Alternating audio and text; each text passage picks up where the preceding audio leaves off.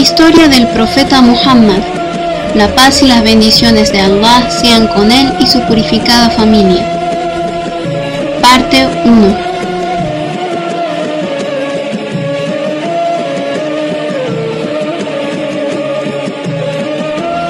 Un feliz nacimiento. El día viernes 17 de Rabi' al-Awwal del año del elefante, correspondiente al año 570 de la era cristiana, el mismo año en que Abraha, gobernante de Abisinia, se presentó con un ejército de elefantes para destruir la Meca, Amina bint Wahab dio a luz a nuestro bendito profeta Muhammad sallallahu alayhi wa sallam en la ciudad de la Meca. El día de su nacimiento ocurrieron extraordinarios sucesos. Aquella noche, tras 1000 años de estar encendido, se apagó el fuego sagrado del templo de Persia. Se derrumbaron en la ciudad de Madain 14 torres del palacio de Khosroes, el emperador de Persia. Se secó el lago de Sabeh y se cayeron los 365 ídolos que los idólatras habían colocado en la Kaaba. Halima Sa'adiyya.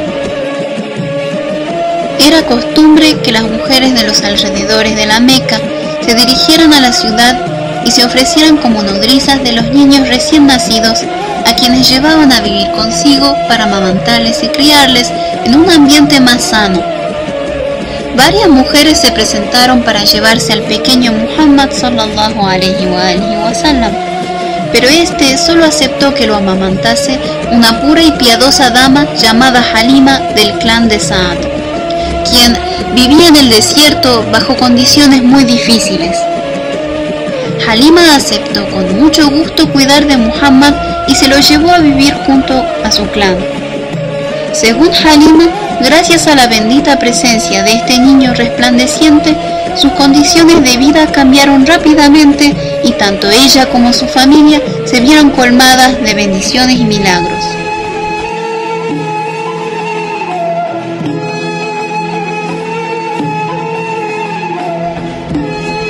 Su niñez y juventud. Cuando Muhammad sallallahu alayhi wa sallam nació, su padre Abdullah ibn Abdul Muttalib ya había fallecido. Asimismo, perdió a su madre Amina a la edad de 6 años, por lo que su abuelo Abdul Muttalib se responsabilizó de su cuidado y protección. Cuando Abdul Muttalib falleció, se hizo cargo de él su tío Abu Talib, quien era una persona grandiosa y honorable que se ocupó de él cual un padre. Cierta vez, Abu Talib partió con una caravana en un viaje comercial a Siria, llevándose consigo a Muhammad sallallahu alayhi wa sallam.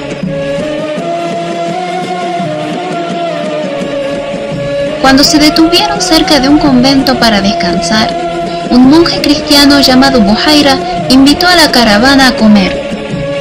Cuando Buhaira vio a Muhammad sallallahu alayhi wa sallam, encontró en él las señales de la profecía que había leído en sus libros sagrados.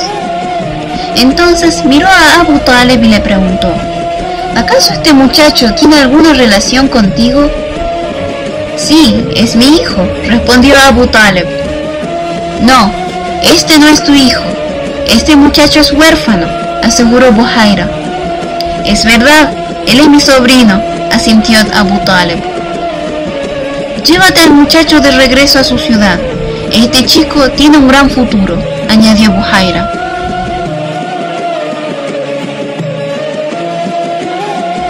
Desde su niñez, Muhammad sallallahu alayhi wa sallam había cuidado y llevado a pastorear las ovejas de su tío Abu Talib.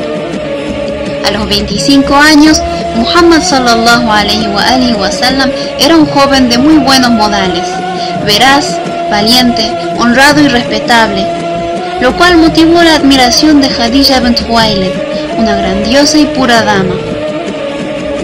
Khadija eligió a Muhammad sallallahu alayhi wa sallam para que administrara sus negocios y condujera sus caravanas de comercio. Tras cierto tiempo, Khadija, que en ese entonces tenía 40 años, se casó con Muhammad sallallahu alayhi wa sallam.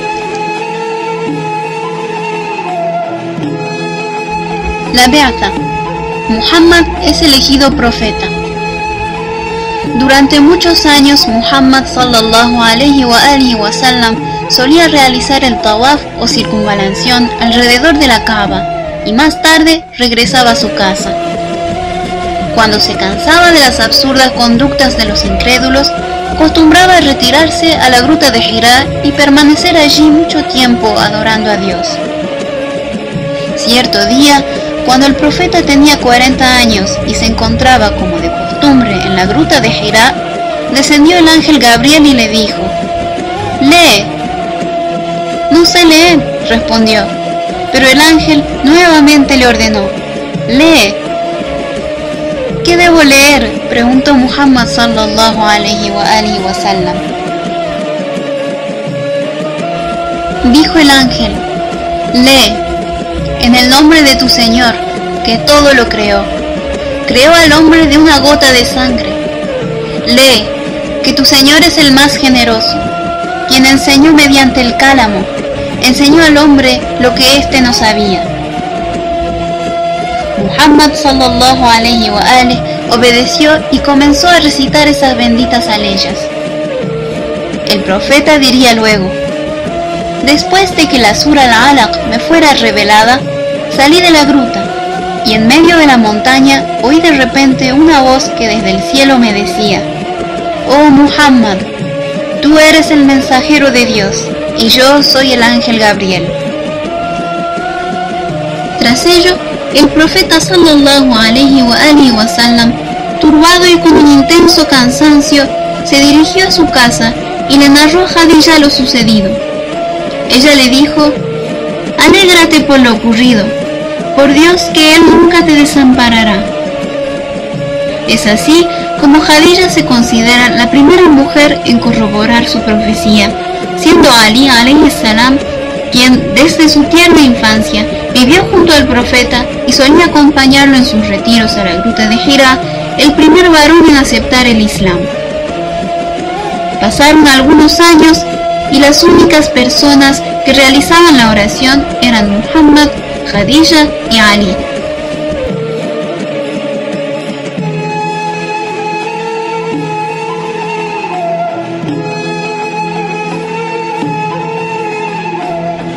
Debido a que el ambiente de la Meca estaba sumido en la idolatría, la superstición y la corrupción, durante 3 años el profeta invitó a la gente clandestinamente a aceptar el Islam, hasta lograr que alrededor de 40 personas aceptaran su convocatoria y lo apoyaran.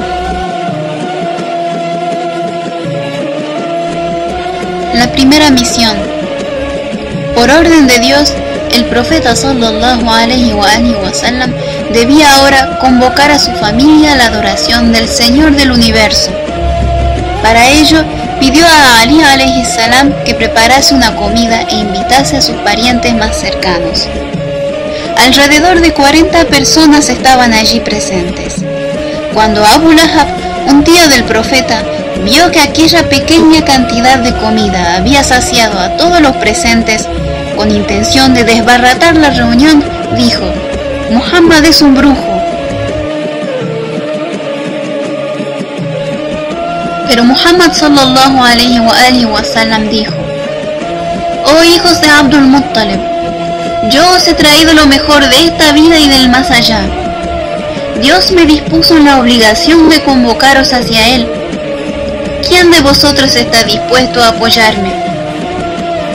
En ese momento nadie dijo nada, excepto Ali alayhi salam, quien, aún siendo un adolescente, exclamó: «Oh mensajero de Dios, yo te apoyaré». Entonces Muhammad sallallahu alaihi wa sallam dijo sobre Ali: «Este es mi hermano, mi albacea y mi sucesor entre vosotros. Escuchadle y obedecedle». Continuamente el profeta decía: «Oh gente, adorad al único Dios, reconocedme como vuestro profeta y creed en el día del juicio final». La principal creencia que se le había ordenado difundir a Muhammad sallallahu alaihi wa sallam era la fe en Dios, el Señor del universo. El Islam es la última y más perfecta de las religiones reveladas por Dios, desde que completó las religiones de Moisés y Jesús, con ambos sea la paz, por lo que es para toda la humanidad y para todos los tiempos, y no es especial de los árabes. Tras convocar a la gente de la Meca, Muhammad sallallahu alaihi wa sallam invitó también a la gente de la península arábica a la adoración de Dios. Los líderes de Quraysh temían la llegada de las ceremonias de la peregrinación Hajj, la cual databa de la época de Ibrahim e Ismael, con ambos sea la paz, puesto que en esa época del año diversos clanes árabes se dirigían a la Meca, y era una de las mejores oportunidades que Muhammad sallallahu alaihi wa sallam tenía para hacer llegar a sus oídos el mensaje del Tawhid o monoteísmo. Es por eso que Quraysh comenzó a molestar al profeta sallallahu alaihi wa sallam y no escatimó esfuerzos para ello. El Islam comenzó a penetrar en todas las casas, y día a día el número de sus adeptos se incrementaba. Al no ser capaces de convencer a Muhammad sallallahu alaihi wa sallam que dejara de propagar aquellas creencias, los grandes jefes de Quraysh empezaron a utilizar métodos crueles, como torturar hasta la muerte a los creyentes compañeros del profeta, entre ellos a Yasir y Sumaya, quienes fueron los primeros musulmanes que alcanzaron la gloria del martirio.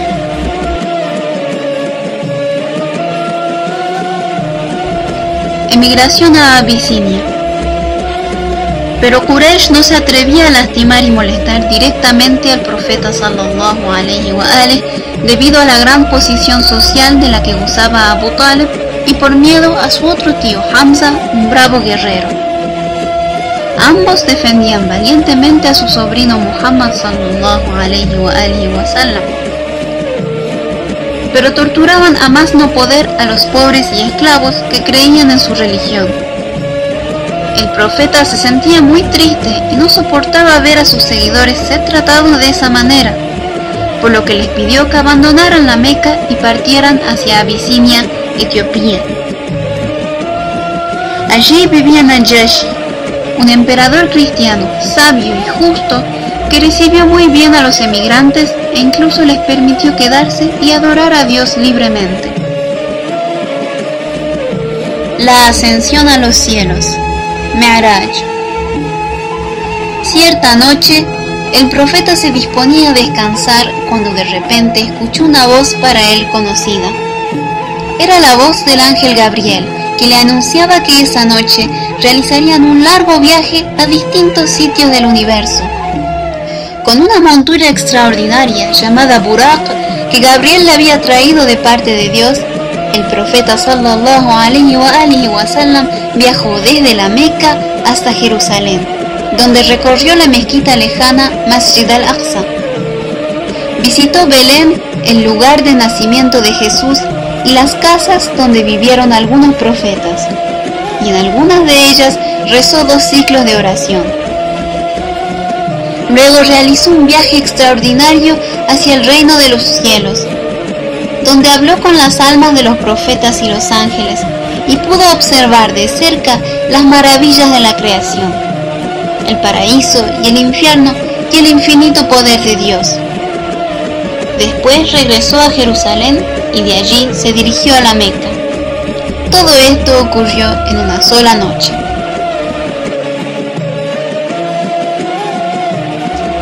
El Shab o quebrada de Abu Talib. Quraysh decidió imponer al profeta sallallahu alaihi wa sallam, a su familia y compañeros, un boicot económico, político y social. Emitieron un edicto ordenando que se debía cortar todo tipo de relación con ellos. Colocaron ese edicto en un cofre al que situaron dentro de la Kaaba. De esta manera, los musulmanes quedaron aislados, viéndose obligados a marcharse hacia un sitio llamado la quebrada de Abu Talib, en las afueras de la Meca. Muhammad sallallahu alaihi wa sallam y sus compañeros vivieron en aquel lugar durante 3 años bajo las peores condiciones, soportando el hambre y todo tipo de presiones, de modo que luego los musulmanes recordarían aquellos días como los más difíciles de sus vidas. Ni siquiera los llantos de hambre de los niños habían podido conmover a Quraysh.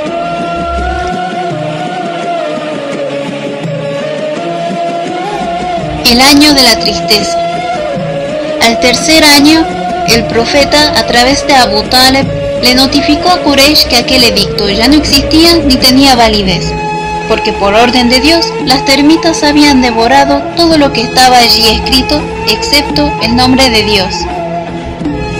Al extenderse aquella noticia, abrieron el cofre y al confirmarse su veracidad, se dio por finalizado el aislamiento que Quraysh había impuesto a los musulmanes.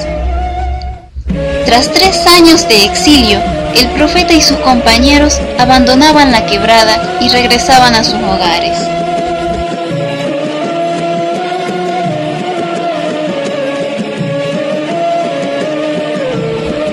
Pero las difíciles circunstancias bajo las cuales tuvieron que vivir en la quebrada habían afectado la salud de Khadija alayha salam, quien enfermó y tras unos días falleció. Muhammad sallallahu alayhi wa sallam quedó muy consternado. Tras un corto tiempo, Abu Talib, el mayor protector del profeta sallallahu alayhi wa sallam, también fallece. Y Quraysh aprovecha este triste acontecimiento para volverse aún más impertinente. Bajo aquellas difíciles circunstancias, Muhammad sallallahu alayhi wa sallam y sus compañeros quedan solos frente a Quraysh. Al dolor de la pérdida de su esposa se había sumado el de la pérdida de su tío. Por ello, ese año fue llamado el año de la tristeza.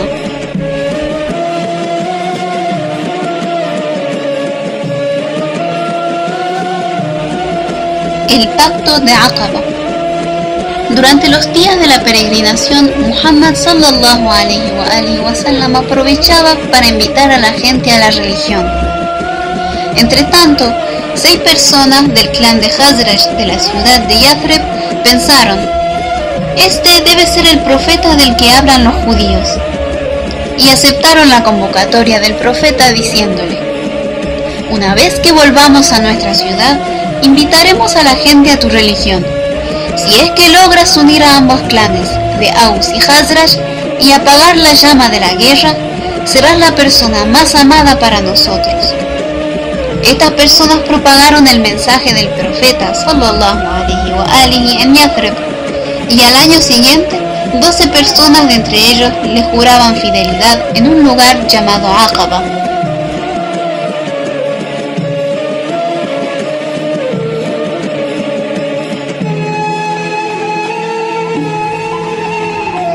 Este suceso es conocido como el primer pacto de Aqaba. El pacto consistía en no atribuir copartícipes a Dios, no robar, no cometer adulterio, no matar a sus hijos, no calumniarse mutuamente y no desobedecer a Muhammad sallallahu alayhi wa sallam cuando los convocase a lo bueno. Pasó un año más y 73 personas juraron lealtad al mensajero de Dios en lo que se conoce como segundo pacto de Aqaba.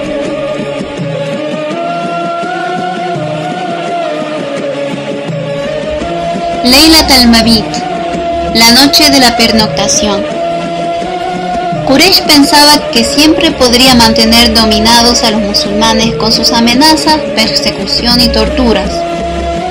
Pero pronto se dieron cuenta de que el mensajero de Dios sallallahu alayhi wa sallam ya no solo tenía seguidores en la Meca, sino también en Yathrib, donde recibían a los musulmanes con los brazos abiertos.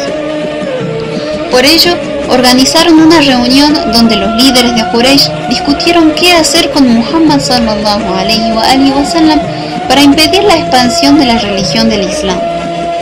Se plantearon muchas sugerencias hasta que Abu Jahl dijo: en mi opinión, deberíamos escoger de cada clan a un joven ágil y valiente, para que portando espadas se dirijan juntos hacia el lecho de Muhammad, le ataquen todos a un mismo tiempo y le den muerte. De esta manera, la culpa recaerá sobre todos los clanes, y el clan de Muhammad no podrá vengarse de todos ellos.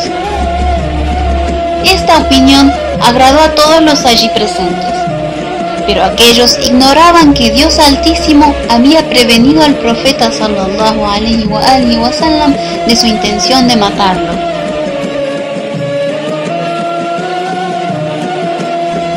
En la noche señalada para asesinar a Muhammad sallallahu alaihi wa sallam, el profeta le pidió a Ali alaihi salam que durmiera en su lecho mientras él se dirigía a Yathrib.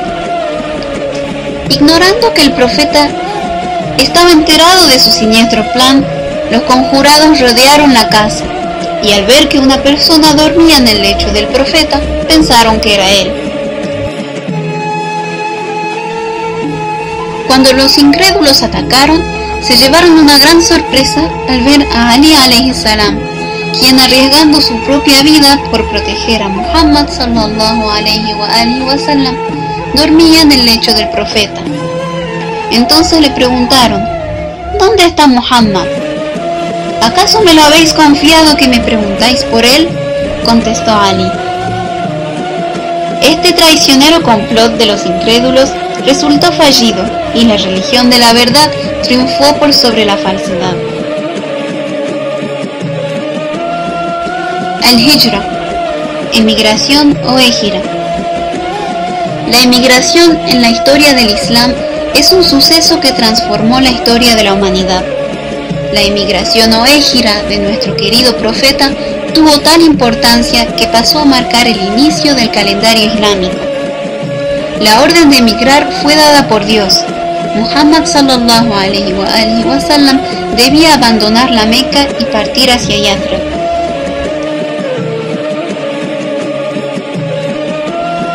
Toda la gente esperaba ansiosamente al profeta en las puertas de la ciudad.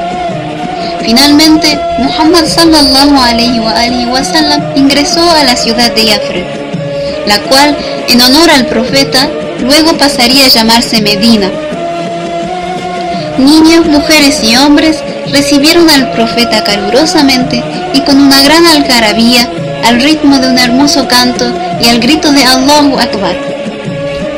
Los líderes de los clanes rodearon su camella y tomando las riendas de la misma, cada uno le insistía que se hospedara en su casa, pero él les decía: no impidáis el avance de mi montura, construiré mi casa en el sitio que ésta se detenga. Cada uno esperaba ansioso que la camella se detuviese frente a su casa. Tras largos pasos, la camella se detuvo y se arrodilló en una parcela de tierra a la que el profeta ordenó comprar para construir allí la mezquita Masjid an-Nabi, la mezquita del profeta. El mismo profeta se puso manos a la obra y trabajó en la construcción de la mezquita cargando pesadas rocas.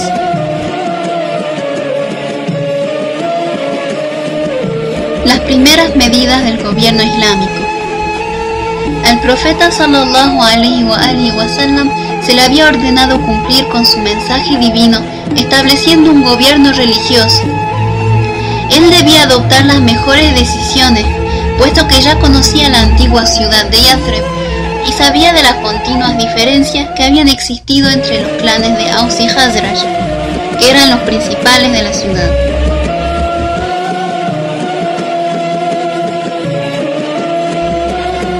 Al principio de la emigración hubo entendimiento entre los judíos que vivían en Medina y los musulmanes, puesto que existía entre ellos un importante punto en común: la adoración del Dios único. Por otro lado, se acordó que las personas pudientes de Medina compartieran sus bienes con los emigrantes. El profeta sallallahu alaihi wa sallam también repartió todos sus bienes entre los musulmanes necesitados, conformando una sociedad islámica. Luego de asegurar la estabilidad de la ciudad de Medina y sus alrededores, Muhammad sallallahu alaihi wa sallam se evocó a la difusión y propagación de la religión del Islam. No pasó mucho tiempo que el Islam penetró en todas las casas de Medina. Este asunto ocasionó que creciera la autoridad del profeta por toda la ciudad y que Medina pasara a ser considerada la capital del Islam. Asimismo, para formar musulmanes de fe plena, se dedicó a enseñar en la flamante sociedad musulmana los preceptos islámicos. Al trasladarse de un ambiente de opresión a otro libre, el profeta pudo concretar la difusión de la religión en Medina bajo mejores circunstancias que en las de la Meca, comenzando la era de la expansión incontenible del Islam.